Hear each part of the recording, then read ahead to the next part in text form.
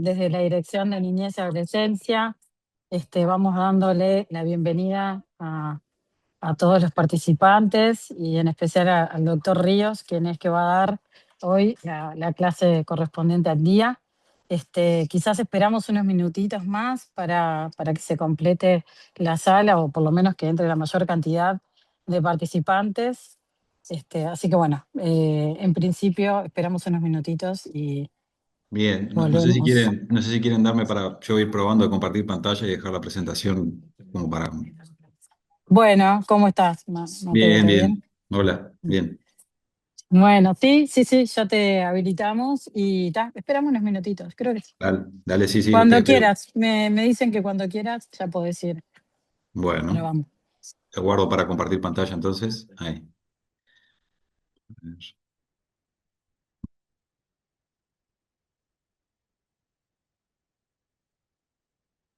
¿Se ve mi pantalla ahí? ¿Sí? Sí, sí, sí, ahí se ve. Y ahí se Sí, en modo presentación. ahí modo presentación se ve, perfecto. Perfecto. Bueno, bueno, muchas gracias a las autoridades por la invitación y bueno, espero que esta charla les sea de utilidad para, a ver, refrescar conocimientos del electrocardiograma, porque el electrocardiograma en realidad es muy difícil enseñarlo con una clase. El electrocardiograma es una cosa que uno tiene que practicar y ver varios y varios y varios, porque si no, como que pierde el entrenamiento y la forma de analizarlo, bueno, que es lo más importante, ¿no? Y bueno, sin dar más preámbulos, esto les dejo que son mis contactos y si alguno de los colegas llega a tener alguna duda o quiere realizar alguna pregunta, este es mi mail. Y también tengo un canal de YouTube donde subo videos, que tengo videos de clase de electrocardiograma y otras clases de otras cosas también, si a algún colega le interesa, lo puede revisar. Y bueno, del electrocardiograma, decirles que el cambio en la pediatría es la única constante. Los pediatras estamos habituados a esto, generalmente cuando lo decimos para adultos es algo como que saca un poco de lugar porque adultos están acostumbrados a que los cambios son cosas nuevas y que deben hacernos pensar en desviaciones.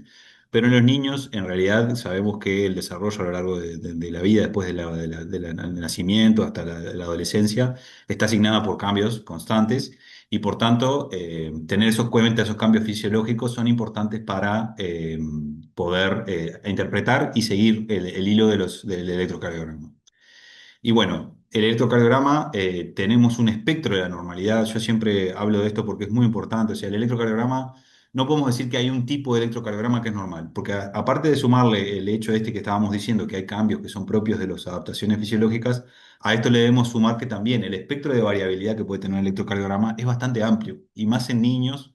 Entonces, esto es importante a la hora de hacer la interpretación también para no incurrir en errores y asumir como algo que está mal cuando en realidad está bien, ¿sí? Por tanto, yo les diría que lo recomendable siempre es el electrocardiograma, manejarse con una cabeza amplia, teniendo en cuenta los cambios y las variaciones que pueden haber, y a su vez basándonos, como dice muy bien acá, en tablas que establecen los rangos normales para la edad y el sexo, ¿sí? Que especialmente es necesario a la hora de analizar electros de niños en la pubertad y la adolescencia. Y el electrocardiograma, yo aquí les traje más o menos un ejemplo de lo que es el electrocardiograma. Todos sabemos que es el registro de la actividad eléctrica del corazón en el tiempo, pero a su vez del registro en el tiempo, lo que tiene es un punto de visualización. Sabemos que el electrocardiograma estándar consta de 12 derivaciones, ¿sí? Tenemos las derivaciones de miembros y las derivaciones precordiales, y básicamente siempre cuando se hace un trazado es como si miráramos de un lugar el corazón, pero en realidad es el cambio eléctrico que se produce entre el registro de dos electrodos, uno que es negativo y otro que es positivo.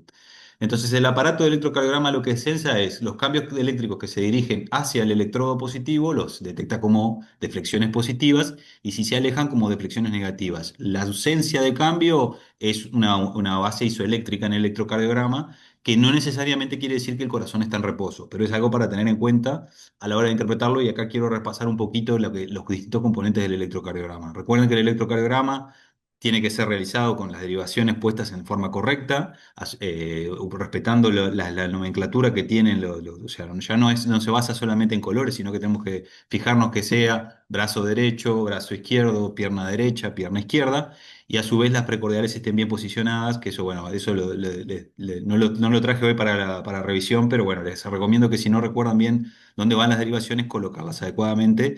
Lo otro también es importante tener un registro estándar, en donde la velocidad de registro estándar son de 25 milímetros por segundo. Recuerden que esto se puede modificar en el electrocardiógrafo, siempre hay que revisar a la hora de hacer un electrocardiograma que eso no esté alterado, y así también como el voltaje de registro, que el estándar es 1 milímetro, 1 milivolt. Ese es el estándar que muestra el electrocardiograma. Y bueno, si vemos la actividad eléctrica normal del corazón, esto quiere ejemplificar el corazón con las cavidades derechas, aurículas y ventrículos, y estos puntos significa el nodo sinusal y el nodo auriculoventricular. Cuando se activa el nodo sinusal, la primera parte del electrocardiograma, nosotros no vemos variación porque la activación del nodo sinusal es invisible para el electrocardiograma de superficie. Entonces, lo que vemos nosotros es la manifestación de la activación del nodo sinusal, que es la activación de las aurículas, del músculo auricular, que genera frentes de despolarización, que recuerden, como este ejemplo tiene este electrodo ubicado en este lugar, lo detecta como una deflexión positiva, que eso nosotros la denominamos la onda P. Posteriormente hay un periodo de impas, ¿sí? Que es este segmento PR. Recuerden que los segmentos son las zonas de supuesto voltaje isoeléctrico, y los intervalos incluyen ondas y segmentos como parte de la evaluación. Este sería el segmento PR, y es el tiempo parte del tiempo en el cual el nodo AB retrasa la conducción desde las aurículas hacia los ventrículos. Este retraso se inicia cuando se activan las aurículas, y en este periodo, en el segmento PR, aún persiste cierto delay, retraso, y nosotros en el electrocardiograma de superficie no podemos ver nada excepto esta zona isoeléctrica. Y bueno, cuando se activan los ventrículos, ahí es que nosotros empezamos a ver el trazado del complejo QRS, que aquí les ejemplifiqué con una onda Q, porque si ustedes prestan atención, ni bien pasa el nodo sinusal y se transcurre el haz de His que pasa al núcleo fibroso del corazón, el haz de His se ubica sobre el sector izquierdo del septum interauricular, el momento en el que se divide en la rama izquierda y la rama derecha. Como la rama izquierda es relativamente corta y rápidamente se ramifica, la depolarización del septum interventricular ocurre desde izquierda a derecha. Por eso, en este ejemplo, la depolarización del septum, este electrodo lo ve como una onda Q. Onda Q en el complejo QRS quiere decir la primera deflexión negativa del complejo QRS se denomina onda Q, ¿sí? Luego se activan los ventrículos y, como ustedes saben, cuando hay varios frentes de despolarización, lo que se hace es se traza un vector resultante de la sumatoria de los distintos vectores, y lo que detecta el electrocardiograma es la onda R, esa onda R de polarización que básicamente es la gran parte de la masa de los ambos ventrículos depolarizándose, y el vector resultante genera esta onda R en el complejo QRS. Y luego viene lo que podría ser una onda S, que en este ejemplo lo es así. No siempre el QRS tiene onda Q, u onda S, eso es variable, u onda R, es variable, depende del sitio de visualización. Pero en este, como el sitio último en despolarizarse está cerca de las válvulas auriculoventriculares, que les recuerdo, no tienen conducción eléctrica, están aisladas las aurículas de los ventrículos y el único sitio de comunicación es el nodo AB. Este último sitio de despolarización se detecta en el electrocardiograma de superficie como la onda S para este electrodo que estamos viendo acá.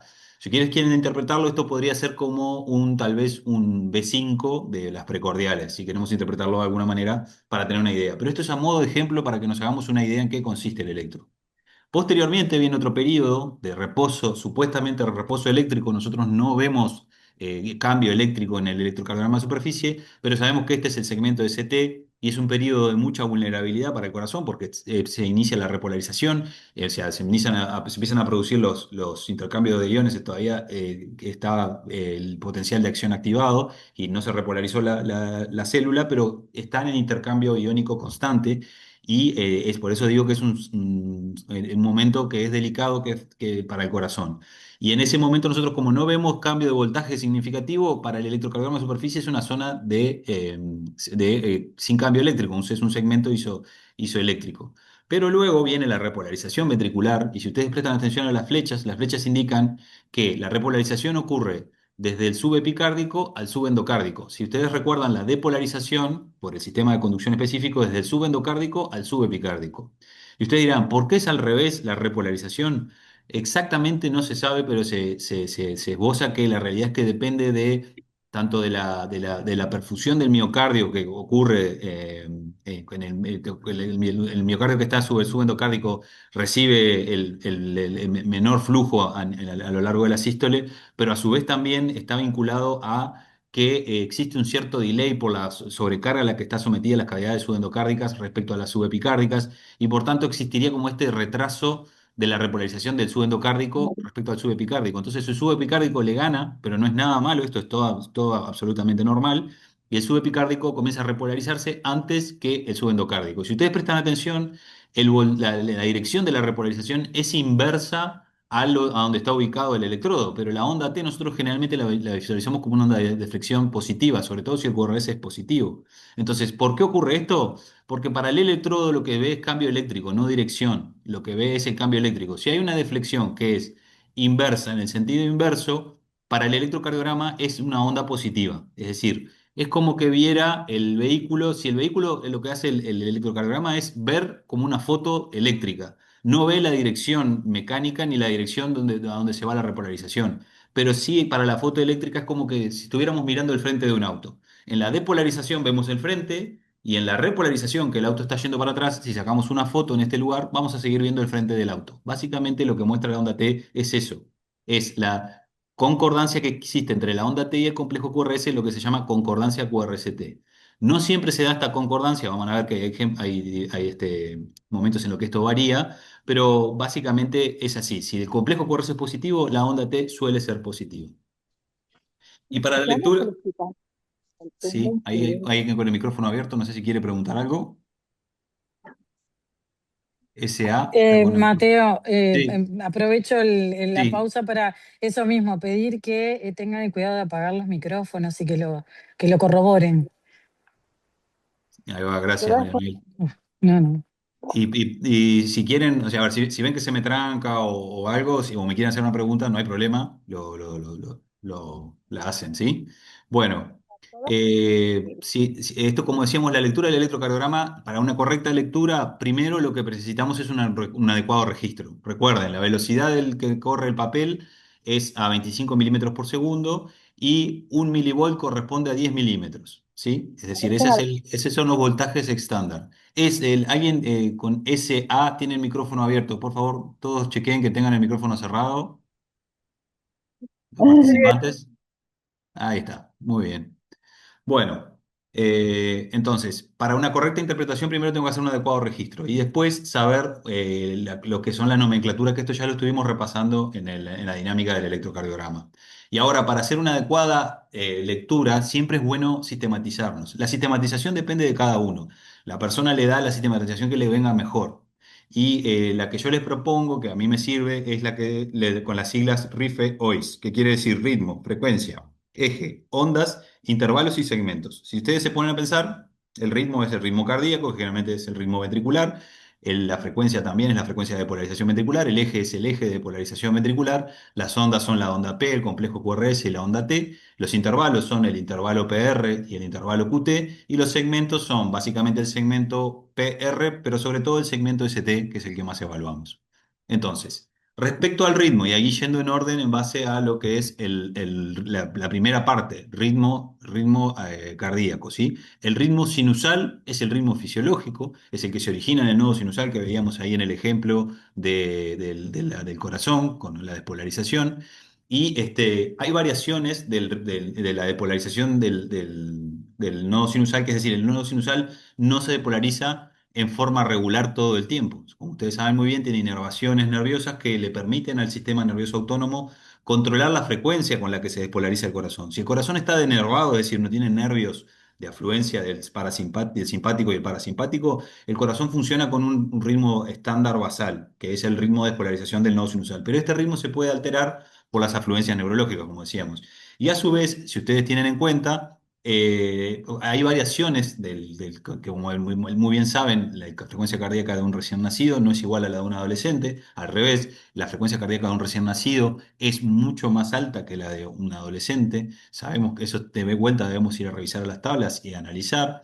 Y podemos tener cierta variabilidad, es decir, no necesariamente las ondas P tienen que estar a un intervalo regular. Y ustedes ya saben muy bien también que existe una arritmia que se llama arritmia respiratoria o arritmia sinusal respiratoria, que muchos le dicen que incorrectamente llamada arritmia. Si bien es un ritmo irregular y por eso se llama arritmia, no es necesariamente un ritmo patológico, sino que es un ritmo absolutamente fisiológico y es el cambio del intervalo que ocurre en el intervalo QRS, si lo medimos, o el intervalo PP, podemos medirlo también ahí, que es variabilidad de la frecuencia cardíaca en base a el ciclo respiratorio. Por eso se llama arritmia sinusal respiratoria. ¿Y a qué se corresponde esto? A variaciones que ocurren en el gasto cardíaco. Como ustedes saben muy bien, el gasto cardíaco derecho e izquierdo no son exactamente igual. El gasto cardíaco minuto tiende a ser similar, pero segundo a segundo, es decir, latido a latido, el gasto cardíaco no es el mismo necesariamente. Y esto varía en base a los cambios que ocurren en la respiración con el retorno venoso. Entonces el corazón se puede acelerar o desacelerar siguiendo la respiración. Y esto se conoce como arritmia sinusal respiratoria. ¿Sí? El ritmo nodal y también las extrasístoles son muy frecuentes en la edad pediátrica. No quiere decir que estos ritmos no deban llamar la atención, pero sí no tampoco considerarlos necesariamente patológicos. Lo que sí, obviamente, esto puede gatillar la consulta con un cardiólogo si no tenemos un ritmo sinusal como estamos acostumbrados a ver. Pero la variabilidad de la frecuencia cardíaca y de la depolarización, o sea, del ritmo en el electrocardiograma, es normal. Y es importante cuando detectamos en la consulta que un niño tiene un ritmo irregular, realizar un electrocardiograma y analizar el electrocardiograma, porque si detectamos esta arritmia sinusal respiratoria, sabemos que esto es normal y no es necesidad para derivar al cardiólogo, porque esto es un ritmo absolutamente normal, que prácticamente lo tienen todos, pero está más acentuado en preescolares y escolares. Y este es un ejemplo claro de eso mismo, ¿sí? Ustedes ven, si quieren, podemos prestar atención solamente para detectar. Sabemos que esto es un ritmo regular de complejo QRS fino y cada complejo QRS está precedido por una onda P. Por tanto, en principio pensamos que esto es un ritmo sinusal. Y si analizamos el eje de la onda P, que el eje de la onda P básicamente sigue la derivada D2, es una onda P positiva en D2, ¿sí? Y habitualmente negativa en ABR, que ABR es esta derivada la que se encuentra en cuarto lugar en la línea, que generalmente es negativa en esa derivada. Por tanto, asumimos que esa es un ritmo sinusal. Y si prestan atención, existe una variabilidad bastante acentuada de la frecuencia cardíaca, que este fue el motivo del cual este paciente fue derivado, por un ritmo cardíaco irregular. Si nosotros hubiéramos realizado un electrocardiograma en la consulta, podríamos haber visualizado que esto es claramente una arritmia sinusal respiratoria, ya que no hay cambios en la onda P ni cambios en la conducción PR, y lo único que hay es variación en la frecuencia cardíaca que tiende a seguir la respiración, ¿sí? A esto yo les invito, cuando estén haciendo el electro, observen la respiración del paciente y vean cómo, a medida que se va realizando el trazado, esto va variando siguiendo la respiración del paciente. También lo podemos hacer auscultando. Podemos auscultar al paciente, escuchar los ruidos cardíacos y ver cómo estos varían con la respiración. Bueno, y las extrasístoles son muy frecuentes en la edad pediátrica. Tenemos que, las extrasístoles, no tenemos que considerarlas anormales 100%. Debe llamarnos la atención y puede ser una razón para derivarlo al especialista, eso sin lugar a duda. Pero lo que es importante es que nosotros logremos también tranquilizar y contener a la familia, y para eso debemos transmitirle lo que podemos estar frente a una variación de la normalidad. Porque las extrasístoles, como le dice ahí, las supraventriculares, son muy frecuentes en los recién nacidos, hasta un 14%, y pueden llegar hasta un 40% en los mayores de un año. Recuerden que las supraventriculares son las que se generan por encima del nodo AB. Y después, las extrasístoles ventriculares también son frecuentes en la edad pediátrica, en la edad preescolar y escolar.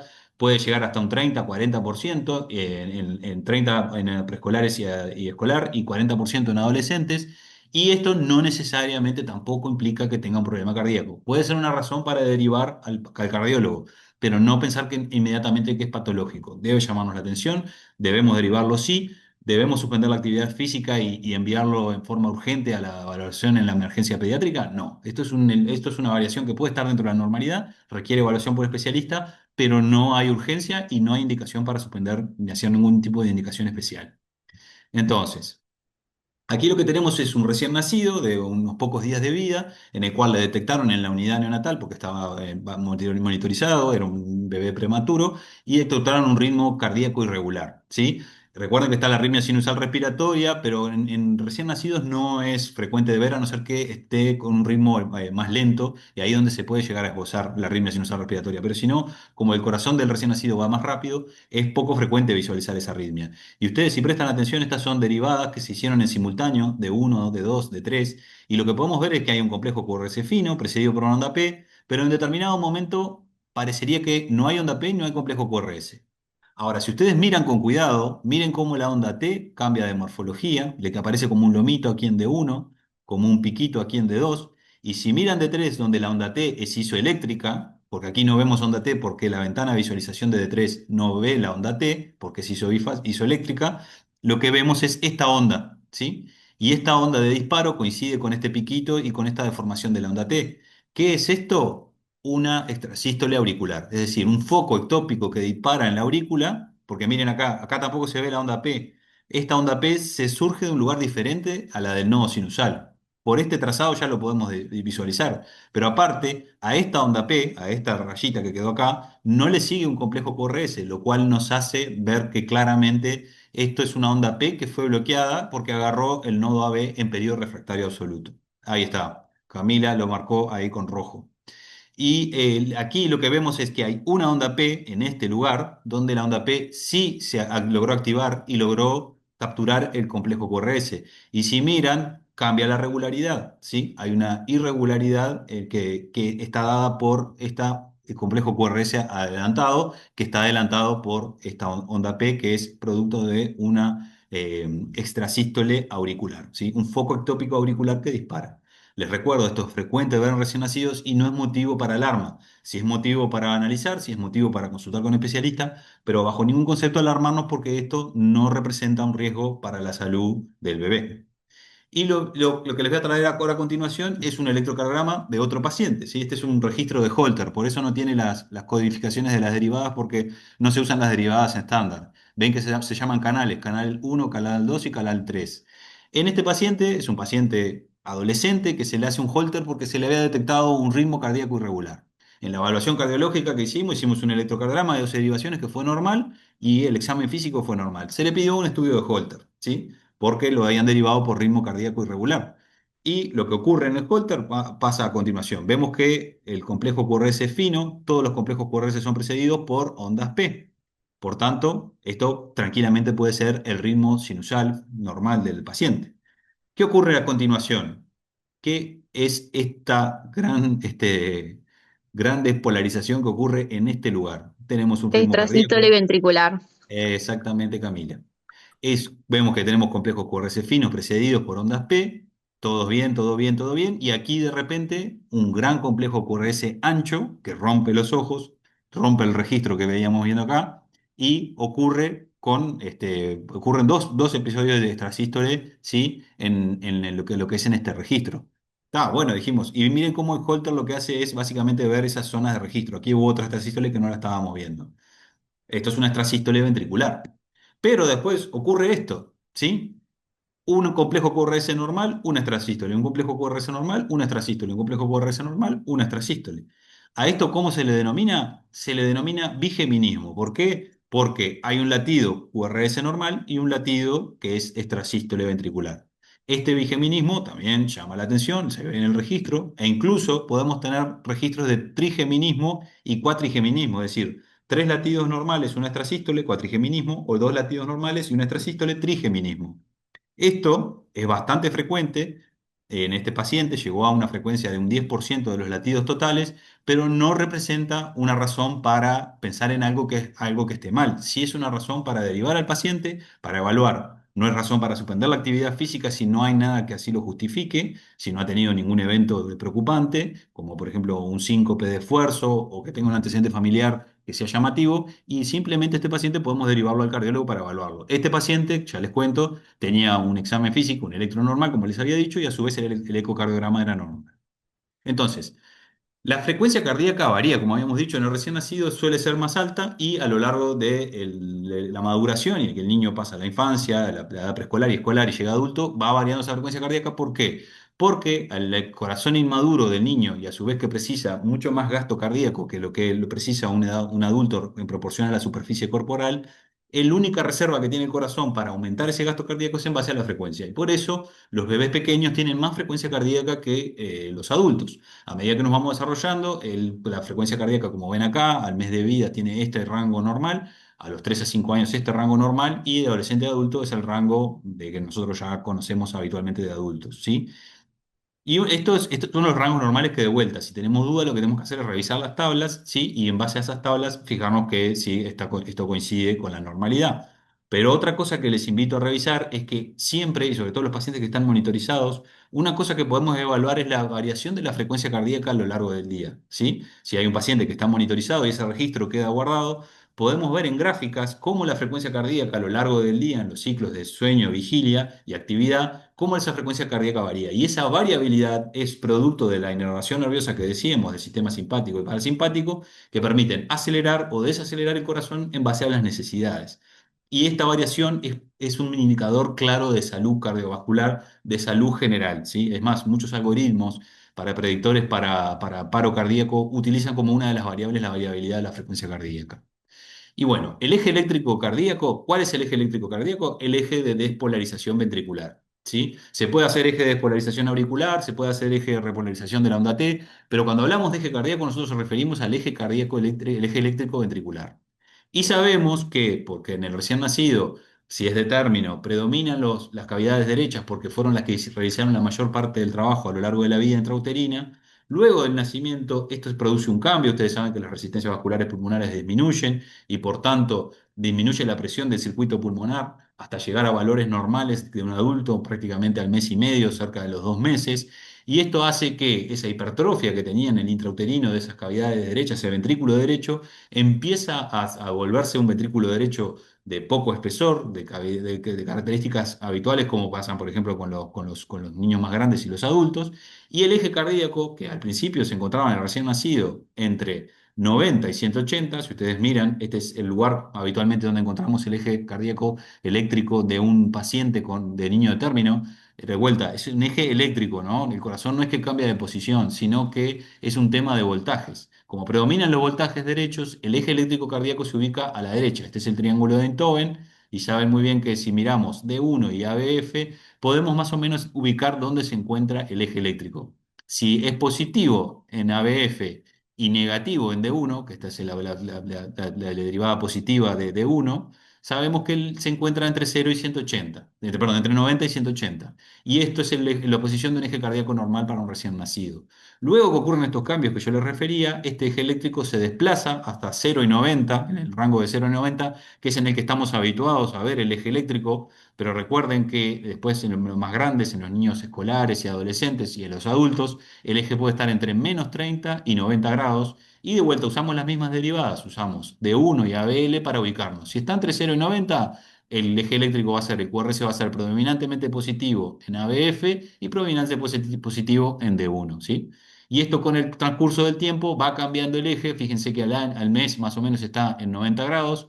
Y luego ya alrededor de los 6 meses se ubica entre 0 y 90. Y esto suele sostenerse a lo largo de toda la edad pediátrica, pero en algunos niños y adolescentes podemos llegar a tener el eje eléctrico hasta en menos 30, como ocurre en algunos adultos, sobre todo los deportistas.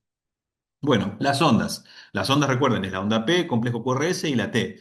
Complejo QRS, ¿por qué se dice? Porque no es una onda, no es una deflexión de una onda única, sino que son el frente de polarización, que es la sumatoria de frentes de polarización de ambos ventrículos, que generan el complejo QRS. Como la depolarización de las aurículas ocurre por a través de fibras musculares sin un sistema de conducción eléctrico específico, ocurre en un intervalo de tiempo más largo la despolarización de las aurículas. Pero los ventrículos, recuerdan, se despolarizan por el sistema específico de conducción, por el sistema de His-Purkinje, y esto hace que en un corto periodo de tiempo ambos ventrículos se despolaricen y generen el complejo QRS y la onda T. ¿Y qué decir de la onda P? Y bueno, la onda P tiene la misma morfología en la misma derivada. ¿Por qué esto? Porque si se origina del mismo foco, y pensamos que es el foco sinusal, el nodo sinusal, la onda P no debería variar de morfología. Y vieron que yo sé la palabra no debería. La realidad es que puede haber excepciones a esta regla, no es una regla absoluta, y no viene al caso, pero por eso les digo que no debería. Entonces deberíamos tomar como que la onda P no debería cambiar de morfología en una misma derivada. Suele ser de la misma, o sea, unimodal, es decir, redonda, positiva en D2, perdón, D1, D2 y ABF, y bifásica en B1. En B1, ¿por qué es bifásica? Porque B1 ve la depolarización de la aurícula derecha como deflexión positiva y la depolarización de la aurícula izquierda como negativa. Pero eso es una característica de la posición de B1, como ve la depolarización auricular. La onda, eso que decíamos nosotros que todo cambia en pediatría, bueno. el eje de la onda P no suele variar a lo largo de la edad. ¿Por qué? Porque el eje de la onda P depende más de la posición del corazón que de las modificaciones fisiológicas que ocurren a lo largo de la vida postnatal. Por lo tanto, el eje de la onda P suele estar entre 30 y 90. No, no es algo que calculemos habitualmente, pero ¿qué les quiero decir con esto? Es que no es de esperar que cambie el eje de la onda P. Por eso, siempre la onda P debe tener la misma morfología, la misma derivada, y si hacemos electroseriados, no debería cambiar el foco de la onda P. La duración de la onda P se encuentra entre 2 cuadraditos y 3 cuadraditos, son aproximadamente 2 milímetros, 0,06 o 0,1 segundos, si lo queremos ver en segundos, y la amplitud no son más de 2,5 cuadraditos, es decir, 2,5 milímetros, que se pueden llamar 0,25 milivolts. Esto es como referencia general, pero recuerden que lo que tenemos que hacer es ir a mirar las tablas para decir si efectivamente es una onda P que pueda estar con mayor voltaje o menor voltaje. Bueno, y el complejo QRS. El complejo QRS, como habíamos dicho, el complejo QRS es una sumatoria de frentes de despolarización al momento de activación de los ventrículos, ¿sí? La activación eléctrica ventricular.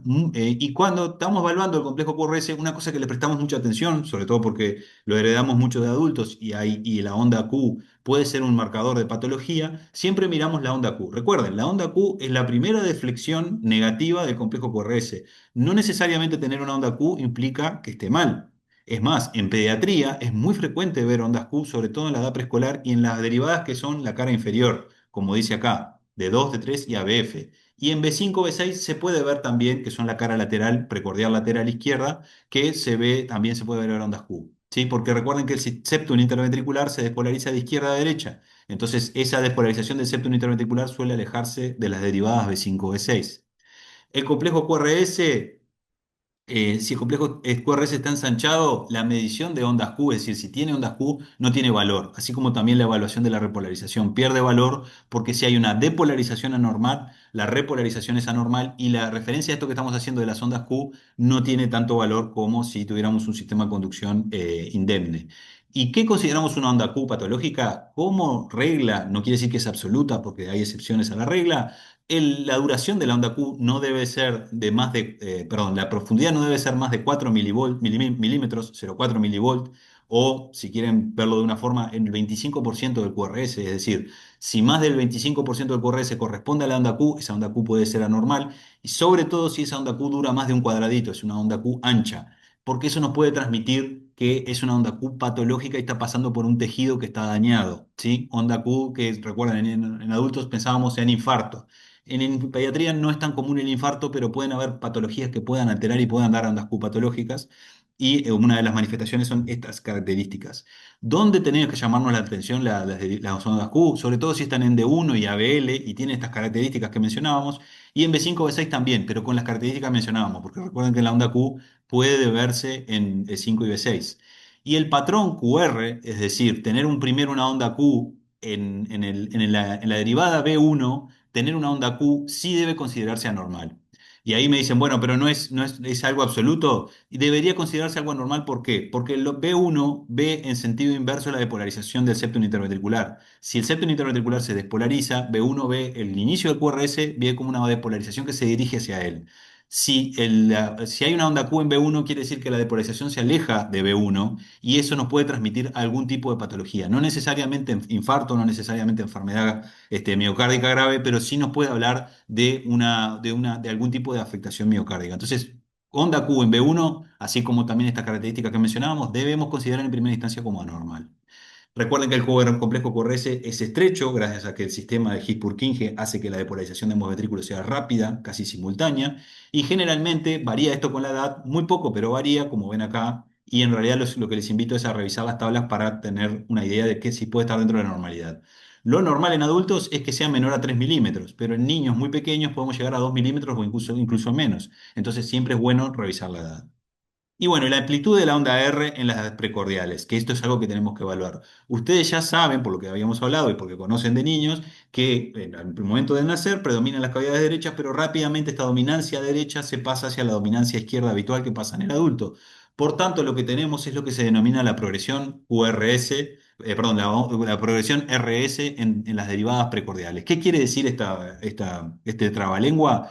Que básicamente, a medida que pasa la edad, los voltajes que predominan derechos en el recién nacido pasan a ser voltajes que predominan del lado izquierdo de las precordiales en los niños más grandes.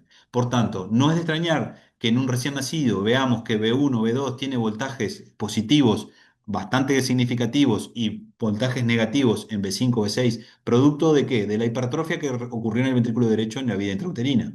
Pero después, a medida que el niño madura, y más o menos ocurre esto a los 2 meses, 3 meses, y a los 6 meses ya el eje cardíaco, recuerden, está entre 0 y 90 más o menos, esas ondas R que dominaban en las derivadas derechas pasan a dominar en las derivadas izquierdas, y esto es lo que nosotros llamamos la progresión RS. ¿Sí? Básicamente lo que quiere decir es que las ondas R aumentan y las ondas S disminuyen con la edad de B1 B6. Es otra de las cosas que decíamos de la variación del electro en la edad pediátrica. ¿Sí?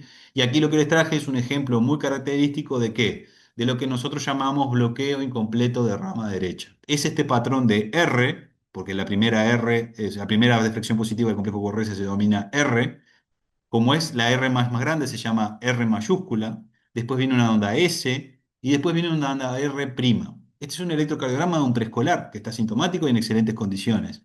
Tenemos el patrón R, S, R' con un complejo QRS fino. Esto es el famoso bloqueo incompleto de rama derecha. ¿Por qué se dice incompleto? Porque el QRS es fino. El bloqueo completo de rama derecha implica que la rama derecha no conduce. En este caso, la rama derecha funciona perfectamente y lo que hace es este patrón que nosotros denominamos BIR, bloqueo incompleto de rama derecha. Muchos colegas piensan que esto es un patrón anormal, esto es un patrón súper normal, muy frecuente en pediatría, más frecuente todavía en los deportistas. ¿Cuándo tenemos que pensar en un complejo, en un BIR que es anormal? Cuando, aparte de tener el bloqueo incompleto de rama derecha, la onda R', que es la segunda onda R, es mayor que la R, la primera R, es decir, en vez de ser R mayúscula, S, R minúscula, prima, sería R minúscula, S, R mayúscula, prima, y que el eje cardíaco se encuentre desviado hacia la derecha o próximo a la derecha con voltajes dominantes o voltajes marcados derechos en B5 y B6. Ahí sí podríamos pensar que ese bloqueo incompleto de rama derecha lo que está evidenciando es una depolarización un tanto anormal por un ventrículo que está o sobrecargado o está hipertrofiado. Pero no todo complejo QRS en B1 con el patrón de bloqueo incompleto de rama derecha es igual a patología. Es muy frecuente en pediatría y es normal. La onda T, recuerden, la onda T era más o menos que la onda T seguía el voltaje es decir, el complejo QRS es mayoritariamente positivo, en esa derivada habitualmente la onda T es positiva. Esto se llama concordancia QRST. Pero, yo les dije, había excepciones a esta regla y en pediatría hay una excepción muy importante que es parte de la normalidad.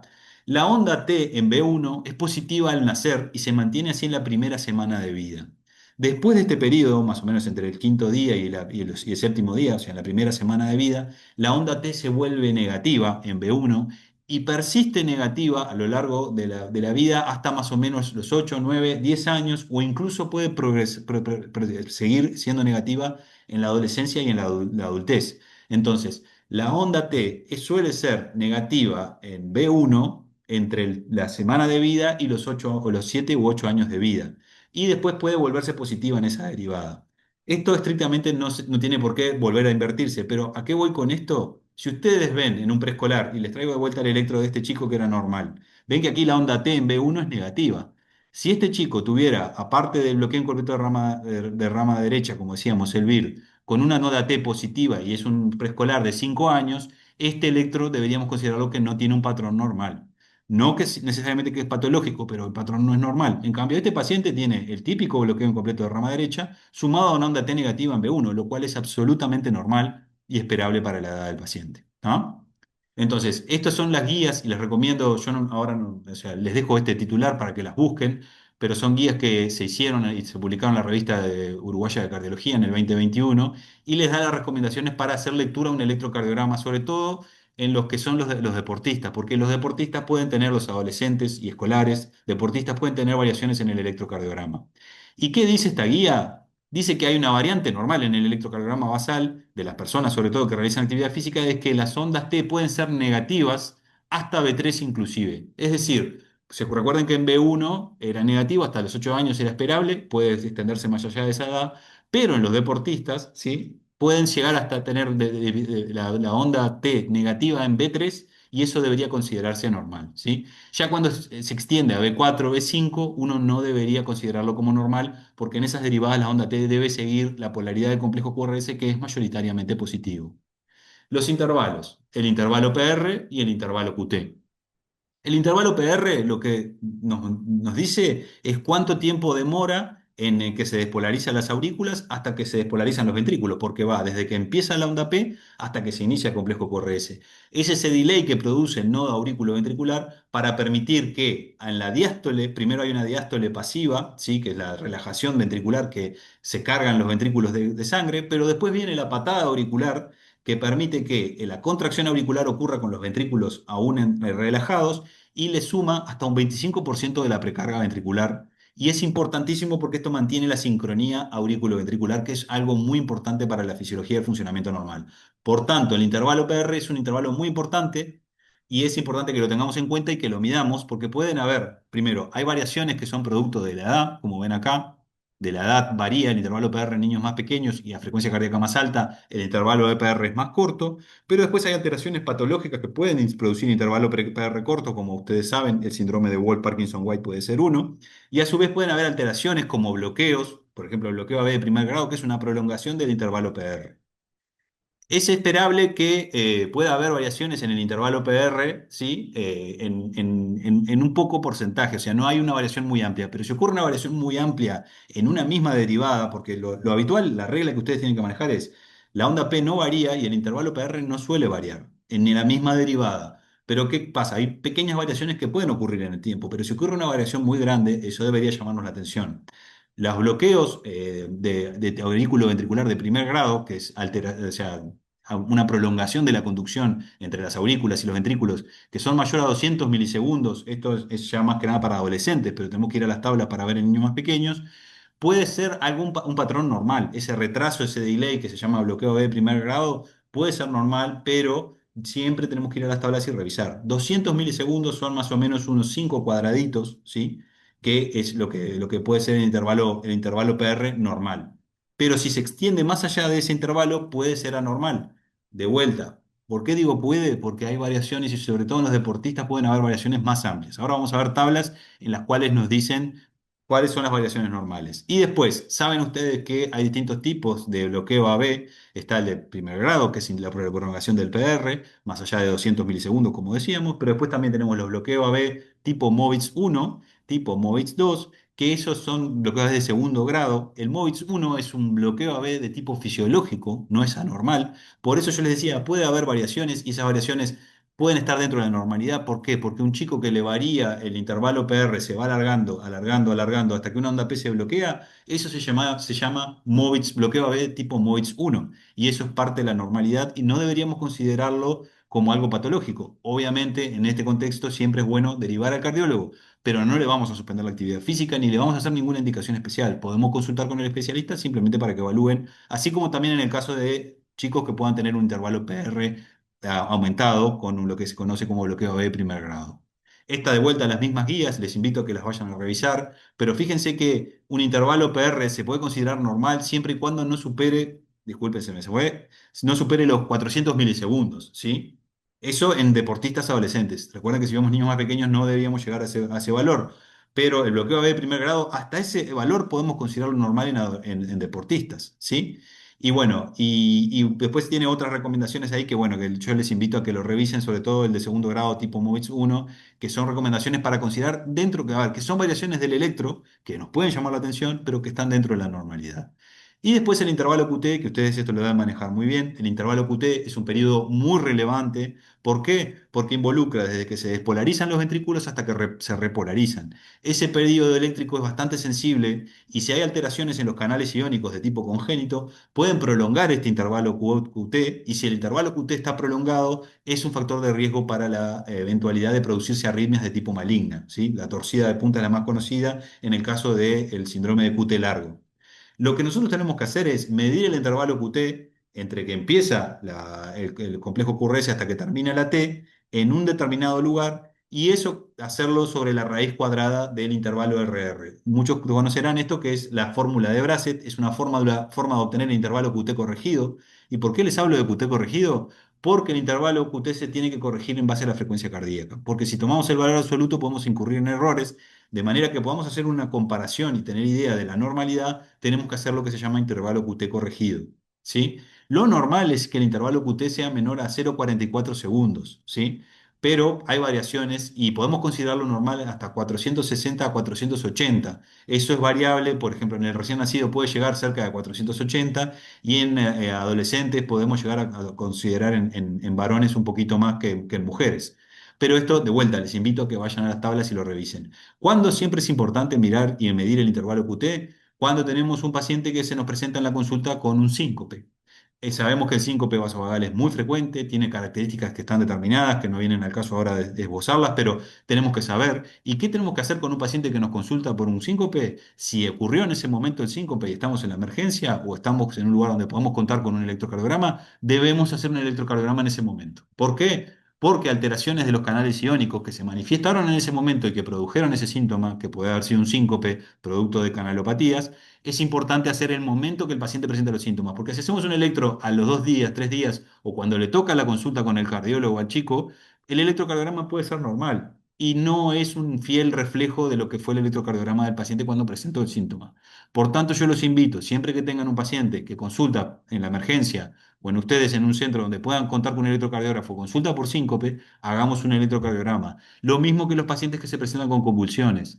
No estoy diciendo que las convulsiones sean de origen cardíaco, pero sí siempre es bueno que tenemos un paciente con convulsiones, hacer un electrocardiograma en el periodo de observación, porque podemos encontrarnos con la sorpresa que algunas de esas convulsiones pueden ser de origen cardíaco. Eso van a verlo después en la clase con el doctor Chiesa, yo no me voy a explayar. A lo que voy con esto es importantísimo medir el intervalo QT y corregirlo en base a el RR. Y como noción general, como dice acá, ¿cómo sabemos a grandes vistas si el QT está prolongado? Que la onda T no debería terminar después de la mitad de la distancia entre una R y la otra, ¿sí? Porque eso nos puede estar hablando de que el intervalo QT está prolongado. Siempre hay que medirlo, en una derivada. Las derivadas ideales para medirlo son B5 y D2, que son las ideales, pero la derivada que tenemos que usar es donde veamos que la onda T termina en forma adecuada, sin interferencia de ninguna otra cosa, que no se mueva la línea de base y que podamos medir bien el intervalo RR precedente, que es el que vamos a hacer la raíz cuadrada. El segmento ST es un segmento que nosotros denominamos segmento isoeléctrico, pero la realidad es que ustedes saben que el segmento ST no es enteramente isoeléctrico. Hay variaciones dentro de la normalidad, tanto en infradesnivel como supradesnivel, como dice acá el texto, que es esperable que ocurran variaciones, pero incluso hay variaciones más amplias que lo ven acá. Esto es lo que nosotros llamamos repolarización precoz. Se trata de un adolescente deportista que viene a control por deporte y se le hace un electrocardiograma en donde ustedes ven que en las derivaciones precordiales e incluso en las de miembros se ve un supradesnivel del ST, que incluso puede llegar hasta 3 milímetros de mercurio acá en B5, en B3, B4, pero en B5 y B6 también hay un supradesnivel, un poco más menor, pero hay un supradesnivel, y esto es producto de modificaciones que ocurren normalmente en los deportistas. Y de vuelta, aquí yo les invito a que vayan a las recomendaciones que hizo la Sociedad Uruguaya de Cardiología, en donde están estos detalles que tenemos que tener en cuenta, sobre todo a la hora de evaluar el electrocardiograma de un adolescente, que ahora estamos haciendo la evaluación del adolescente, la valoración preparticipativa, que no estrictamente involucra a un cardiólogo, porque no todos los lugares del país cuentan con un cardiólogo para la consulta, pero donde nosotros podemos hacer tranquilamente una pesquisa de interrogatorio, valorando los antecedentes personales de la persona, así como los antecedentes familiares, siempre preguntando enfermedades cardíacas, sobre todo de tipo congénita, así como antecedentes de muerte súbita en personas de menos de 50 años, que puedan corresponder a la muerte súbita cardíaca, y donde después vamos a seguirlo de un examen físico y un electrocardiograma. Para la lectura de ese electrocardiograma, yo les recomiendo que revisen estas recomendaciones y tengan en cuenta estos que se denominan signos de alarma, ¿sí? Que son los signos que nos deben alertar de que puede haber algo anormal. Por ejemplo, la inversión de la onda T, ¿dónde no se considera normal? ¿Sí? Generalmente, si llega a B5 o B6, eso no debería considerarse normal. Puede llegar hasta B4 en algunos deportistas, sobre todo afrodescendientes, pero después la inversión de la onda T en B5 o B6 no es normal. La onda Q, aquí tienen los criterios de onda Q, recuerden, no más del 25% de la duración respecto al QRS y no más de un cuadradito de ancho. Y así tenemos otras indicaciones para otras cosas. Por ejemplo, el intervalo QT, que yo les había dicho que en hombres era un poco más largo, en realidad en mujeres es un poco más largo que en hombres. Fíjense que en mujeres, en adolescentes, podemos tener hasta 480 milisegundos, en varones hasta 470, sobre todo en deportistas estamos hablando. Y bueno, y otras variaciones que están ahí y que deben tener en cuenta para la derivación. Pero la presencia de extrasistolía supraventricular y ventricular no necesariamente es anormal. Acá hace recomendaciones de, por ejemplo, para la extrasistolía ventricular, pero es para alertar y cuándo derivar en forma oportuna a un cardiólogo. Y bueno, y como para ir ya terminando y después a dar paso a las preguntas, porque bueno, me gustaría ver si hay preguntas sobre el tema, poder eh, conversarlos con ustedes. Yo nada más quería traerles, porque parte de la temática de hoy era valorar las taquiarritmias. Se me ocurrió que también era bueno hablar un poco de bradiarritmia, porque siempre es bueno conversarlo. Y en pediatría, como ustedes ven acá, esto es el flujograma del PALS en un paciente con bradicardia.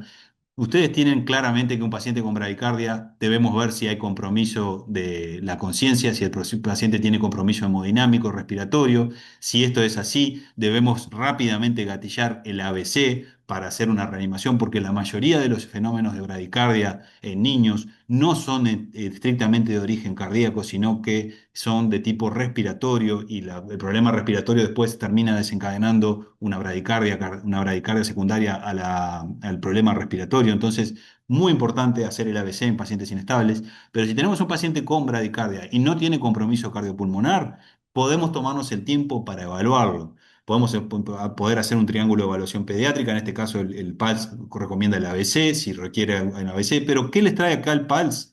Realizar un electrocardiograma de 12 derivaciones, porque no es para nada infrecuente las derivaciones de pacientes por haber auscultado una bradicardia.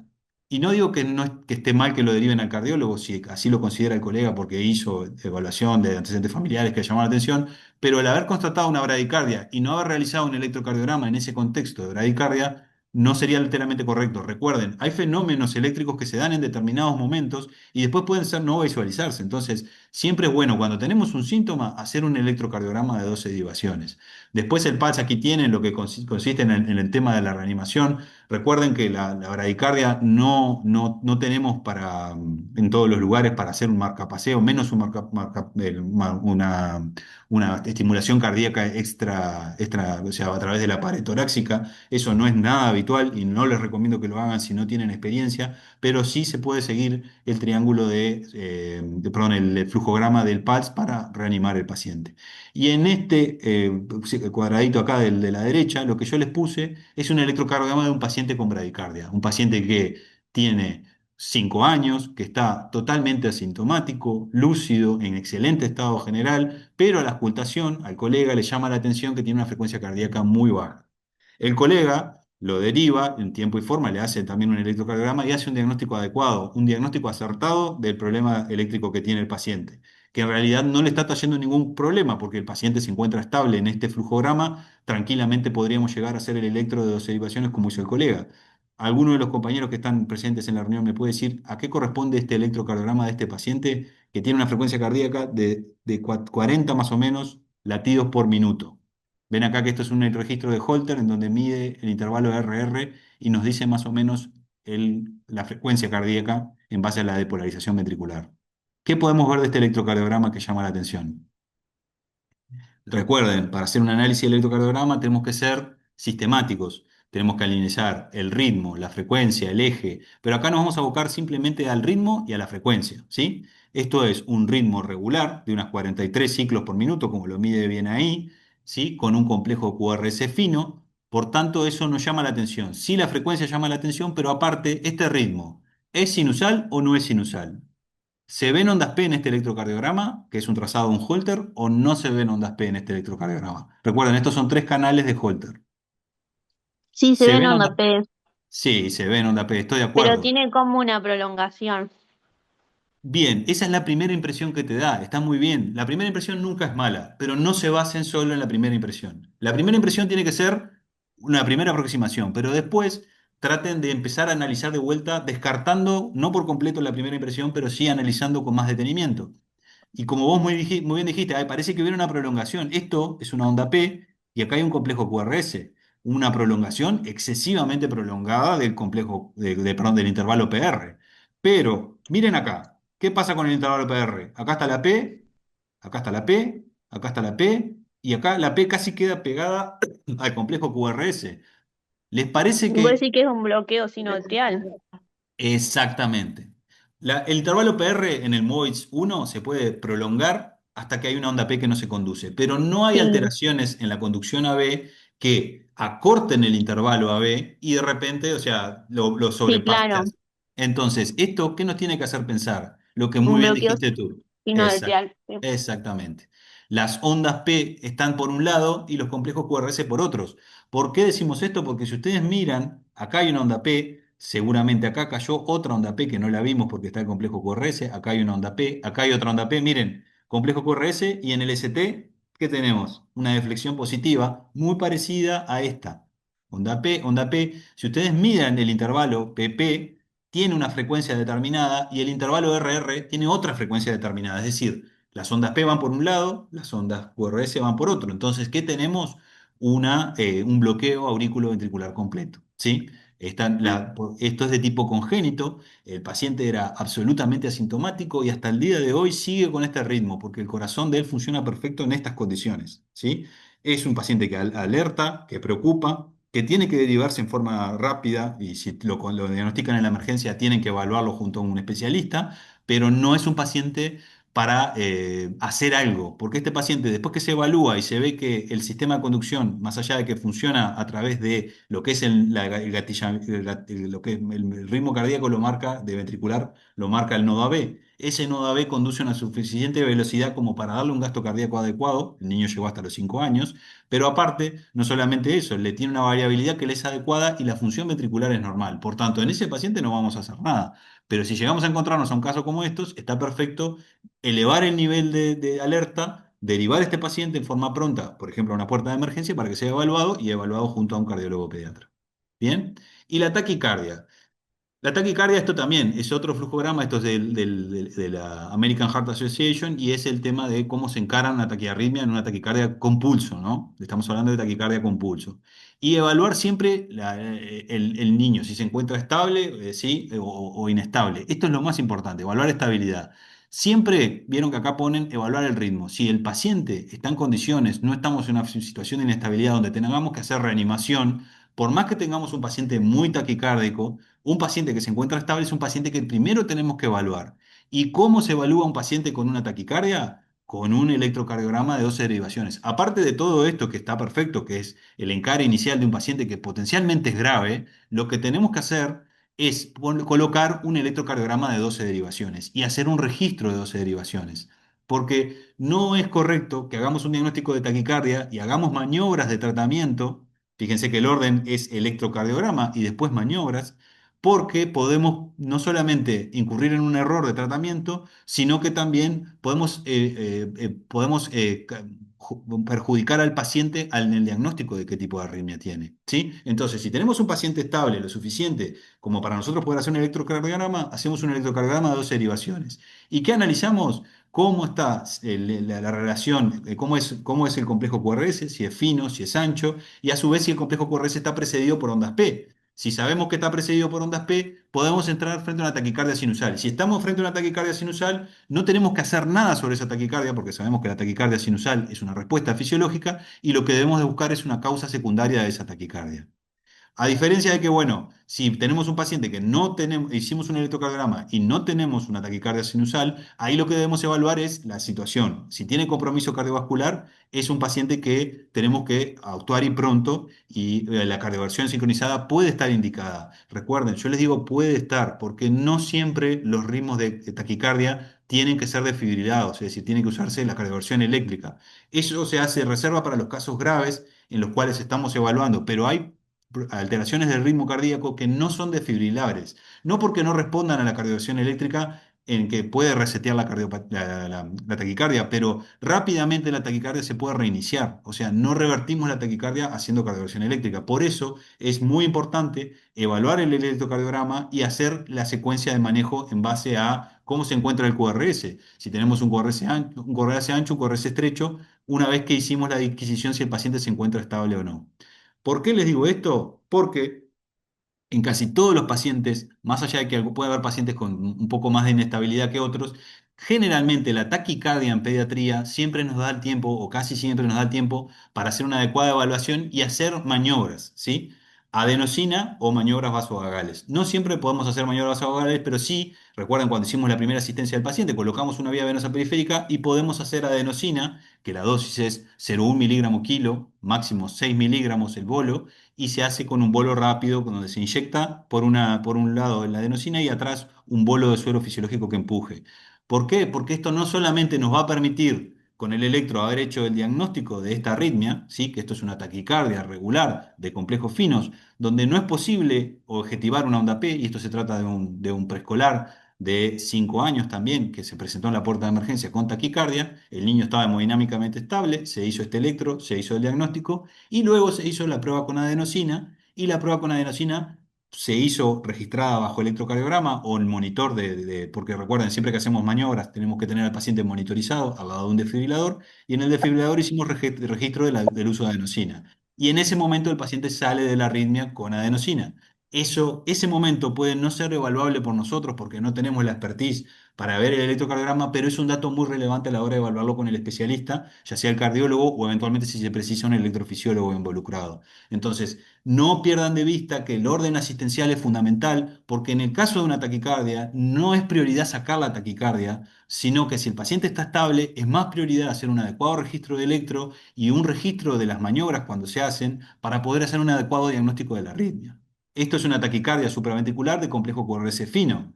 Y después tenemos otro caso acá, que tenemos una taquicardia de complejo ancho, ¿sí? QRS ancho, pero es una taquicardia regular, monomórfica, que uno lo primero que tendría que asumir es, bueno, esta es una taquicardia ventricular, Mateo. La realidad es que no. En adultos, tener una taquicardia regular de complejo ancho es mucho más probable que se trate de una taquicardia ventricular. Pero en pediatría, ¿saben cuánto es más o menos el porcentaje de taquicardia ventricular versus taquicardia supraventricular con conducción aberrante, que es este caso que está acá? ¿Saben más o menos si tuviéramos que tirar un porcentaje?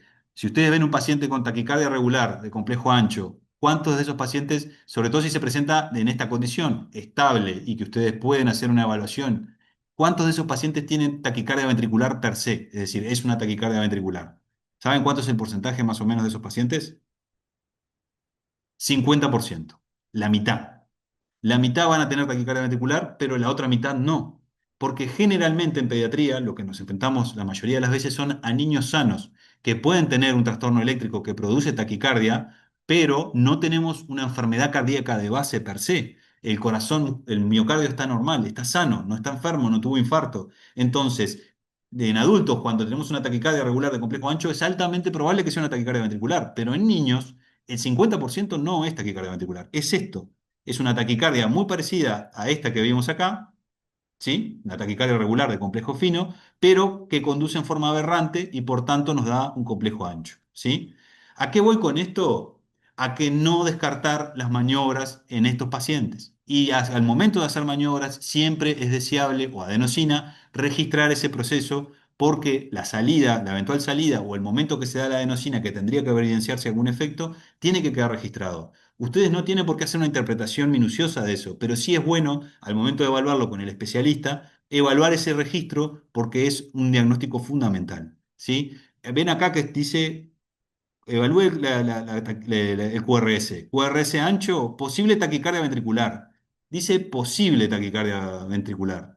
Y si ustedes ven, la cardioversión sincronizada podría estar indicada, pero consultar con un especialista antes, iniciar tratamientos farmacológicos adicionales. ¿Qué tipo de tratamiento farmacológico adicional se puede hacer? Este. La adenosina se puede llegar a hacer en una taquicardia de complejo ancho, regular de complejo ancho. Y a eso les quiero llegar a mostrar. No, no estoy diciendo que lo hagan específicamente, porque como ven ustedes muy bien acá en el flujograma de la American Heart Association, es de seguir una secuencia y consultar con un especialista, pero el uso de adenosina no está contraindicada en este tipo de taquicardia, ya que la mitad de estas taquicardias pueden ser taquicardias supraventriculares con conducción aberrante. Y bueno, y básicamente ya siendo una hora de charla, la charla estaría por ahí. No sé si quieren abrir eh, Bueno, alguna pregunta. Mateo, Sí. muy claro, muchas gracias. Me parece más que importante este tipo de encuentros porque yo creo que en líneas generales en los pediatras los electros son un gran problema muchas veces y algo que parece tan importante y pensándolo en lo de las convulsiones, sería importante saber cuántas convulsiones uno trabajando en puerta le hace el electro. Me parece como hasta un tópico que trajiste que es fundamental. Digo, creo que esto va a traer que se aumente muchísimo el registro electrocardiográfico en los pacientes en puertas de emergencia. Eso no me parece menor, Ahí pero va. bueno. Lo que lo quiero invitar también es a eso, lo que muy bien estás diciendo vos, a perderle el Mm, miedo. Porque, ¿por qué le tenemos miedo al electro? Porque no lo hacemos habitualmente, porque no nos enseñaron lo suficiente como para usarlo en forma frecuente. Pero la realidad es que la mayoría de los técnicos que se enfrentan, los clínicos que se enfrentan a estos pacientes están en la puerta de emergencia. Y como decías muy bien tú, no todas las convulsiones son para hacer electro, pero muchas de esas convulsiones podrían llegar a ser de causa cardíaca y pueden pasar desapercibidas si nosotros no tenemos el umbral suficiente como para decir, debo hacer un electro. Es más, exacto. les digo, ustedes conocen el síndrome de Brugada, que es muy famoso, porque los hermanos Brugada lo describieron en España. Ese síndrome fue descubierto, inicialmente se describió en niños que ¿qué? Que hacían convulsiones febriles. ¿Por qué hacían convulsiones? No porque tuvieran enfermedad, o sea, la convulsión febril de pediatría que nosotros estamos habituados, sino que eran niños que en el contexto de fiebre hacían taquicardias ventriculares y hacían bajo gasto por la arritmia, y la convulsión era bajo gasto por la arritmia. O sea, Brugada es mucho menos frecuente en pediatría que en adultos, pero entiendan que lo describieron en niños. Entonces, niño con una convulsión febril también podría ser una indicación para hacer, porque el patrón de Brugada, que es muy difícil de verlo a veces en el electrovasal en un niño sin ninguna enfermedad, cuando hacen fiebre puede verse y pueden manifestarse arritmias. Entonces, la invitación es no descarten el electro como herramienta. Si tenemos un paciente que está estable y lo tenemos en observación, una herramienta que podemos utilizar, sobre todo si tenemos síntomas neurológicos o dudas de si eso puede ser cardiovascular, hacer un electrocardiograma. Perfecto, me parece más que importante esto traerlo por eso mismo, por la frecuencia y porque es muy baja la cantidad de electros seguramente que estén asociados a eso y así como hay cosas que se van como estableciendo en el pienso, en el razonamiento clínico de ese primer encuentro con el paciente en una puerta, me parece que el electro está bastante infravalorado muchas veces en su uso. Entonces, dentro de todo lo que se habló, que me pareció todo importante, eso lo traigo porque justamente este tipo de clase además es para sobre todo pensando en los pediatras, en los médicos que están en esas puertas, en ese primer nivel asistencial. Así que bueno, nada, abrimos este espacio también para las preguntas, comentarios o lo que surja, que me parece como importante y que lo aprovechen, que es sumamente aprovechable esta instancia. Así que bueno, no sé si alguien quiere hacerme una pregunta, comentario. Voy a dejar de compartir pantalla, por las dudas, si precisan, vuelvo a la presentación. Bien. No sé si, no, a Se ver si hay preguntas animen. en el chat, a ver si hay preguntas, porque...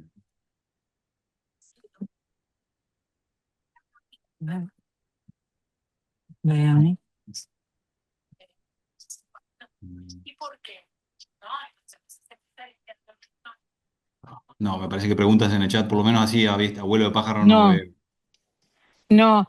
En esto también de ampliar en el pienso del electro como algo dentro de esa primera exposición de un paciente, me parece importante incluso hasta tenerlo en cuenta de una convulsión. En muchas intoxicaciones, también hacerlo siempre, ¿no? Es como, hay como pila de cuadros que a veces se saben que se debería hacer y a veces no sé si se hace tanto. Entonces, en este pienso de es una herramienta más rápida, tenerlo siempre en cuenta el electro. Sí, Y la práctica, ¿no? cualquier duda del ritmo cardíaco, escuchamos una bradicardia, escuchamos un ritmo regular, me parece que tiene una taquicardia, es sinusal, no sé si es sinusal, un electrocardiograma tendríamos que hacerlo porque es el siguiente paso. Tenemos un paciente estable que no necesita reanimación, nos da tiempo para hacer un Bien. electrocardiograma de 12 derivaciones y hacer un diagnóstico adecuado.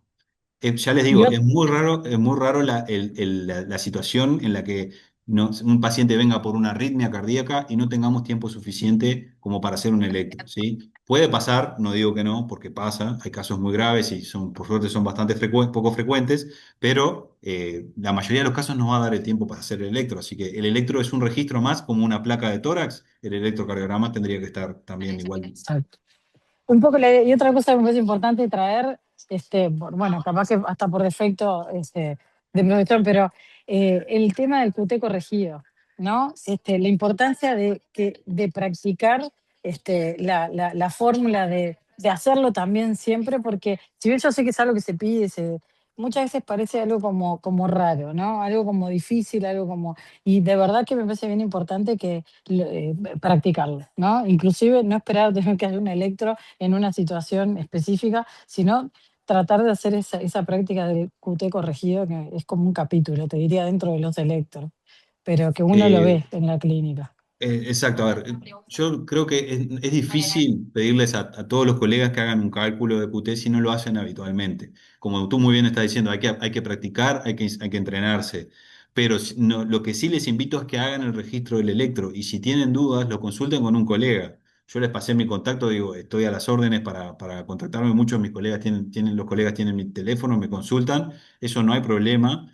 Pero lo más importante es hacer el registro, porque supongamos que vimos al paciente en la puerta y dijimos, el intervalo, ¿se acuerdan la regla esa que yo les decía? La mitad del intervalo entre una R y la otra, si la onda T termina antes de eso, en principio el QT está bien.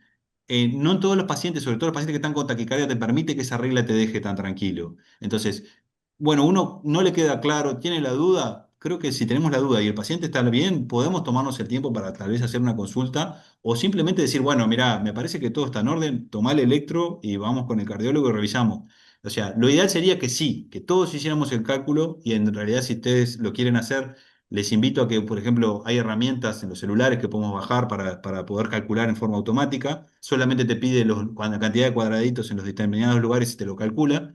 Pero si no, por lo menos tener el registro, porque es parte fundamental. Como les decía, un paciente puede venir por un síncope de esfuerzo, no sabemos qué pasó, y cuando le hacemos un electrocardiograma, podemos ver que el intervalo QT está prolongado. Una Alguien compañera, sí, puso en el chat cómo se veía el QT prolongado.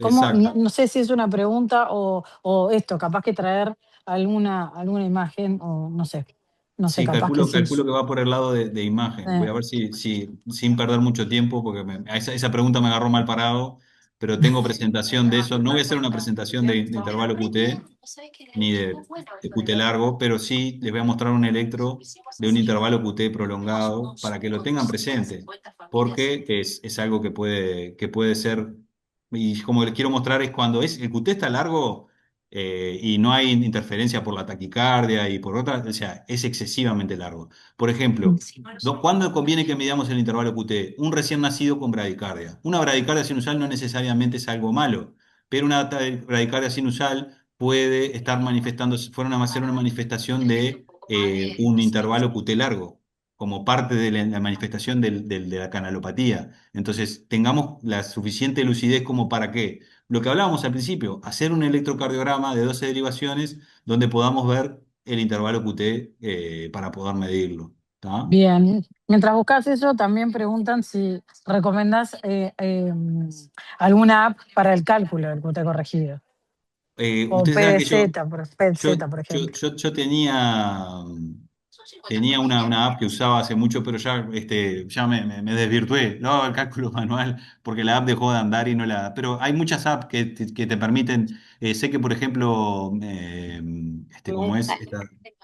Esta hay una aplicación que es bastante extensiva porque tiene varias cosas, que es Medscape, no sé si la tienen. Medscape es como, tiene un montón de cosas de medicina, pero dentro de los Mm, calculadores tiene calculadores de QT que te permite hacer el cálculo eventualmente del QT si se precisa. Pero aplicaciones hay un montón. O sea, yo los invito a que revisen nomás y lo busquen. Si les tengo que recomendar algo es Medscape, porque Medscape es bastante bueno porque le da otras cosas más aparte de... ¿Ahí están viendo mi pantalla? sí, se ve perfecto. Este es un registro de Holter, como dice ahí, QT largo tipo 3. ¿Sí? Miren, esto que ustedes miran el electro este y dicen, está, complejo QRS fino precedido de onda P. Esto que ven acá no es la onda P. Esto que se ve acá es la onda T. La onda P está acá. Esta es la onda P y esta es la onda T. Miren lo prolongado, miren en el canal de abajo, el canal 3. Miren lo prolongado del intervalo QT. Empieza aquí y termina aquí. ¿Se acuerdan la regla del 50%? Acá si ponen la regla, es acá. La onda T empieza cuando pasó el 50% del intervalo RR. Está excesivamente prolongado. ¿Sí? Esto es un intervalo QT tipo 1. El tipo 1, la onda T se va muy cerca de la onda P y es de muy poco voltaje y de poca duración. En cambio, en el QT tipo 1 es una onda P que parece una montaña de larga y ocupa prácticamente todo el intervalo entre lo que es el segmento ST y el inicio de la onda P. Pero esto es un electro de un paciente con un intervalo QT largo.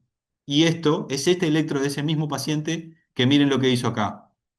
Esto aquí empezó a tener esto, que se llama taquicardia ventricular polimórfica en torcida de puntas. ¿Por qué se llama torcida de puntas? Porque el eje eléctrico, por eso es polimórfica, porque el eje ventricular no se mantiene estable. Va cambiando el eje ventricular y es este cambio que da el cambio del intervalo QRS. Este momento que el paciente hace esto, que aquí en este momento el paciente estaba asintomático, por ejemplo, ¿qué le puede pasar a este paciente? Tener un síncope. Y nosotros no podemos diagnosticarlo hasta que no le hacemos un electro, por ejemplo. Pero esto puede ser, o podemos ver al paciente después que hizo un síncope y tener un registro muy parecido a este. Entonces es importante usar las herramientas y la herramienta que es el electro, que a ver, debo reconocer que es engorroso, más si hacerlo en un niño pequeño o un niño que está asustado, hacer un electrocardiograma es sumamente difícil. Pero un registro de 12 de las derivaciones de miembros, por ejemplo, no podemos hacer las precordiales, pero de miembros mientras el niño está en la camilla, quietito, acompañado de papá, podemos dejar que el electro quede puesto ahí y hacer un registro con el niño más tranquilo. O sea, se puede. No, no podemos hacer tal vez un electro de 12 derivaciones, pero sí podemos hacer un electro como para poder evaluar, en este caso como queríamos evaluar el intervalo QT, ¿no? Perfecto. Bueno, ese dato que acabas de dar me parece importante también, porque todos los que hemos tenido que hacer electro en niños chicos no es fácil, pero bueno, me parece importantísimo esos datos. Mandaron otra consulta que dice respecto al algoritmo del tratamiento de la taquicardia. En el caso de una taquicardia de complejo ancho, bien tolerada, por esa prevalencia de un 50% de presencia de vías aberrantes, ¿estaría indicado como primera maniobra la realización de adenosina antes que cualquier otro tratamiento? Bien, esa es una buena pregunta y estoy seguro que ustedes piensen en la primera impresión, que yo les decía, la primera impresión no necesariamente es la mejor, pero es una primera impresión. Si yo les digo, háganle adenosina a una taquicardia de complejo ancho, ¿qué es lo primero que se les va a poner? Se le van a crespar los nervios, ¿sí? ¿Por qué? No, Porque no les va a salir naturalmente. Pero, miren aquí, no sé si están viendo mi pantalla, ¿ven el flujograma de la AJA? sí, Acá Se ve. dice QRS ancho, este es un paciente estable, hemodinámicamente estable, QRS ancho posible, te dice posible taquicardia ventricular. Cardioversión sincronizada, sincronizada. Es muy importante que esté sincronizada, que eso no lo repasamos, pero es algo muy importante porque hay un ritmo ventricular estable de base, por más que es patológico, es estable. O sea que la cardioversión tiene que ser sincronizada.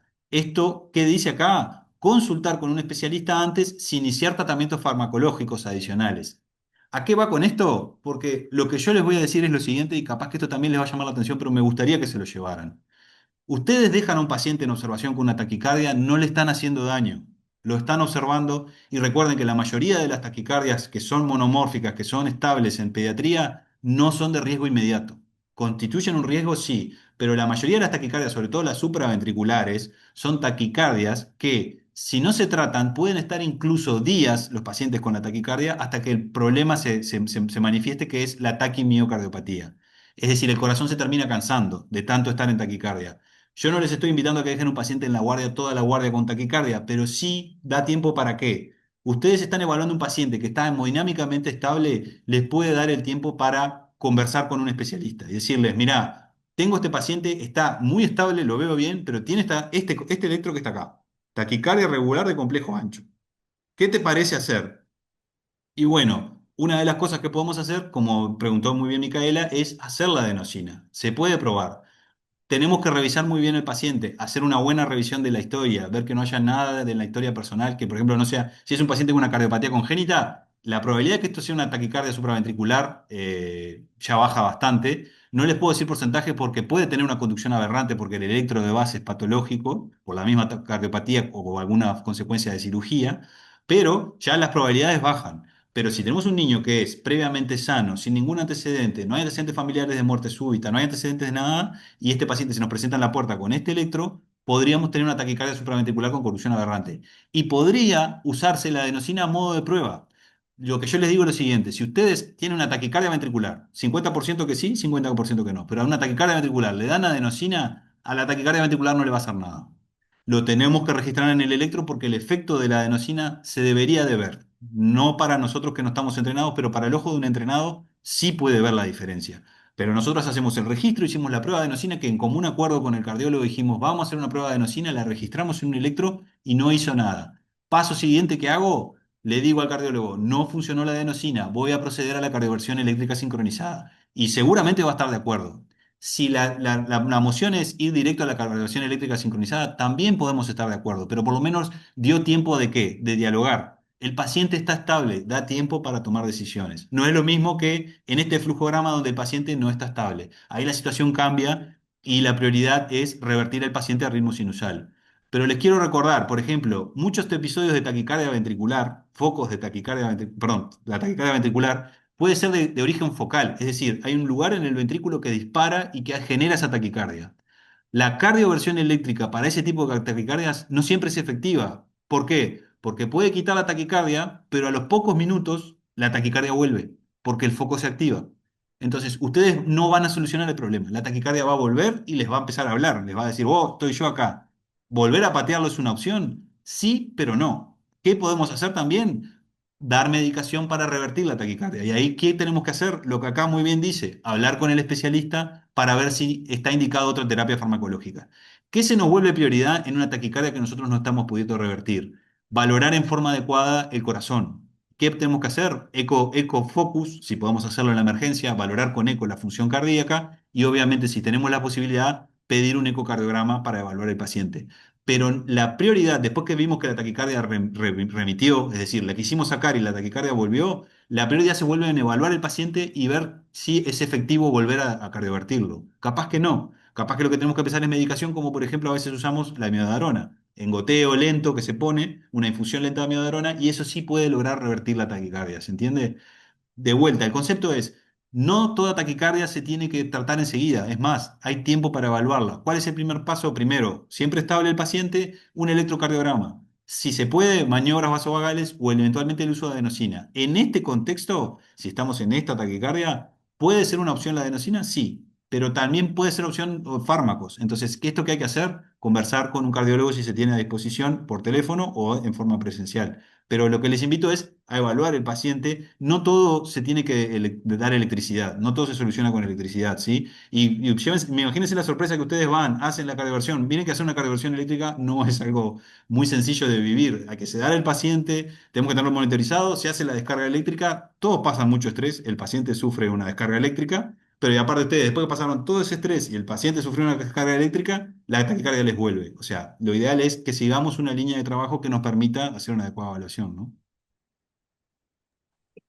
Sí, no sé si en esa línea también Claro. estaban preguntando cuándo, si es indicación de derivar a la brevedad de cardiología y de suspender la actividad física. No sé si esa pregunta venía a colación de esto.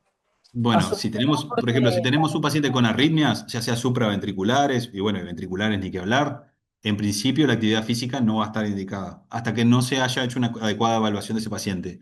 Dudo que un paciente, a no ser que previamente ya estuviera evaluado, dudo que un paciente que venga con una arritmia se vaya a ir para la casa. Lo ideal sería que sea evaluado junto con un cardiólogo previo a decidir el ir y el alta para casa y qué tipo de secuencia se va a seguir, pero podemos dar el alta a un paciente con un ataque de arritmia. Por ejemplo, si estaba previamente diagnosticado, hizo un episodio breve de taquicardia que revirtió solo o le pudimos hacer maniobras vagales y revertimos la arritmia en la emergencia, lo dejamos en observación, no vuelve a recurrir la arritmia, hablamos con el cardiólogo, nos dijo, sí, yo conozco a ese paciente, yo le estaba dando tanto de medicación, vamos a subir la dosis a tanto, ¿les parece? Y yo después lo veo en la consulta en el ambulatorio, se puede ir a la casa. porque sabemos que es un paciente conocido. Es como el paciente epiléptico. Viene el paciente, hace una convulsión, lo dejamos en observación, vemos que no hay factores que estén coadyuvando a que empeore la situación del paciente, es una convulsión, el epiléptico hace convulsiones, lo observo, lo mando para la casa. El que hace arritmias hace también, sabemos que son arritmias seguras, que no ponen en riesgo la vida, que tenemos que revertirla, entonces ¿qué hacemos? Observamos al paciente, vemos si ajustamos la medicación y lo enviamos para la casa. Obviamente un paciente que hace arritmias tiene indicación de ir más allá, porque la medicación no soluciona la arritmia. Hay que buscar la solución, pero no va a ser algo inmediato de la puerta de emergencia. Es más, si es un paciente que está previamente conocido, lo podemos derivar tranquilamente a la casa. A lo que voy es eso, transmitirle la tranquilidad de que en la mayoría de los casos tenemos tiempo, tenemos paño y que la situación nos permite tomar conductas que a veces no nos parecen las más naturales, pero pueden ser conductas adecuadas para el caso. Bien, sí, en contrapartida a esa pregunta decían en cuanto a pregunta en general, cuando lo vemos en policlínica, sin mucha oportunidad de electrocardiograma, con ritmos irregulares, sin síntomas. Y Bien, bueno, ahí qué se les ocurre lo mejor? Ver en dónde estamos, ver qué centro asistencial tenemos cerca, que cuente, capaz que el mismo centro donde estamos nosotros tiene un servicio de atención inmediata, que cuenta con enfermería, que cuenta con electrocardiograma, lo puedo derivar ahí y pedirles por favor que me hagan un electrocardiograma. O yo ir a participar con los colegas para hacer un electrocardiograma, porque capaz que a un niño no les quieren hacer un electrocardiograma o derivarlo a una puerta de emergencia de cerca que le pueda hacer un electrocardiograma y que yo pueda, o que los colegas que están en la puerta puedan ver qué tipo de registro eléctrico tiene. Ahora, mandar, por ejemplo, ustedes, pongamos el ejemplo de Montevideo, sabemos que está el Pereira Rosell en la emergencia. Enviar un paciente de la policlínica de periferia, por ejemplo, estamos en el San Boa, mandarlo del San Boa al Pereira Rosell a hacerse un electrocardiograma. Piensen en el tiempo de traslado de ese paciente. Si tiene una arritmia, se puede ir la arritmia. Y llega al Pereira Rosell y no tiene nada. ¿Qué hicimos? Perdimos la oportunidad de hacer el diagnóstico de qué tipo de arritmia tiene. ¿Qué tenemos que hacer? Derivarlo a un lugar donde en forma rápida podamos contar con un electrocardiograma para poder hacer por lo menos un diagnóstico de situación. Si la arritmia revierte después sola o no tenía arritmia, lo podemos evaluar. Y el niño sigue siendo un niño que si está estable y está bien. Nada más necesitamos hacer un diagnóstico. Derivar a un paciente y dilatar el hacer el electrocardiograma nos puede llevar al error de que nos quedamos sin diagnóstico. El paciente va a seguir estando bien porque probablemente la mayoría de las arritmias pediátricas son benignas, no comprometen, o sea, no dan un riesgo vital importante, pero nos quedamos sin diagnóstico. Y el niño queda como un niño que se le acelera el corazón. Y cuando en realidad tenemos un niño que tiene una arritmia que necesita un seguimiento y evaluación. Yo les voy a poner un ejemplo que muchas veces me pasa en la consulta. Muchos pacientes son derivados por palpitaciones. ¿Y cuál es la recomendación que le hacemos a las familias? Que si el niño presenta el síntoma y el síntoma persiste, porque eso es la regla, persiste el síntoma, el niño tiene el síntoma, la familia se traslade al centro que tenga más cerca, una emergencia, ¿para qué? Para hacer un electrocardiograma. ¿Por qué? Porque tenemos que ver si ese ritmo es una taquicardia auricular, taquicardia, perdón, sinusal, que puede ocurrir, por ejemplo, en una situación de estrés, ansiedad, o se trata de una taquicardia supraventricular que se gatilló y está dando el síntoma al niño. La única forma de diferenciar esas dos opciones es haciendo un electrocardiograma. Ustedes me dirán, bueno, pero está el Holter. Yo a los padres siempre les digo lo mismo. El Holter es como ir a pescar. Yo salgo con carnada, me subo a la lancha, tengo el reel, tiro y si pica, pica y si no pica, no pica. Y yo puedo estar toda la tarde pescando y no pesco nada. Y me vuelvo para casa sin pescar nada. En el Holter pasa lo mismo. Yo le pongo un día al paciente y si en ese día el paciente no hace ningún evento arrítmico, yo no sé si tiene una arritmia o no. Y no puedo decir porque tenga un Holter normal que no tiene arritmia. Pero entonces la indicación es hacerle Holter todos los días. No. Lo ideal es, en ese caso, si tiene el síntoma y persiste, vayan a la emergencia. Yo siempre digo a la familia, tranquilos, junten las cosas, hagan un bolsito, se van, se trasladan y supónganse que en el camino, antes de llegar al centro, se le va, agarran sus cosas y vuelven para atrás y se van para casa. ¿Por qué? Porque que caiga en una emergencia sin tener el síntoma en curso no tiene sentido si ya le hicimos un electro previamente y vimos que el electro de base es normal, ¿se entiende? Entonces nosotros lo que hacemos a la familia es decirle, si tiene el síntoma y persiste, hacemos un electro y vemos el electrocardiograma con el síntoma. perfecto. Muchas gracias. Creo que quedaron hasta ahora todas las preguntas contestadas y más que contestadas. Así que excelente exposición. Muchas gracias por las aclaraciones y los tips y todo. Creo que suma un montón y va a sumar un montón de acá más. Así que, bueno, Mateo, no sé, si no hay más preguntas, si no hay más comentarios, quizás queda esto, agradecer la oportunidad, toda la clase que suma un montón y bueno, nada, recuerden que hay próximas, quedan 2 clases más, así que Sí, bueno, viene nada, el doctor Pedro Chiesa el miércoles que viene y el viernes siguiente a la semana que viene, o sea, el otro viernes, es la doctora Serrana Antunes. ahí va, Bueno, perfecto. Muchísimas que gracias, la pasen verdad. bien. Buena jornada. Gracias a ustedes por la Dale, invitación. Hasta luego. bueno, por favor, gracias. Bueno, chao. Chao.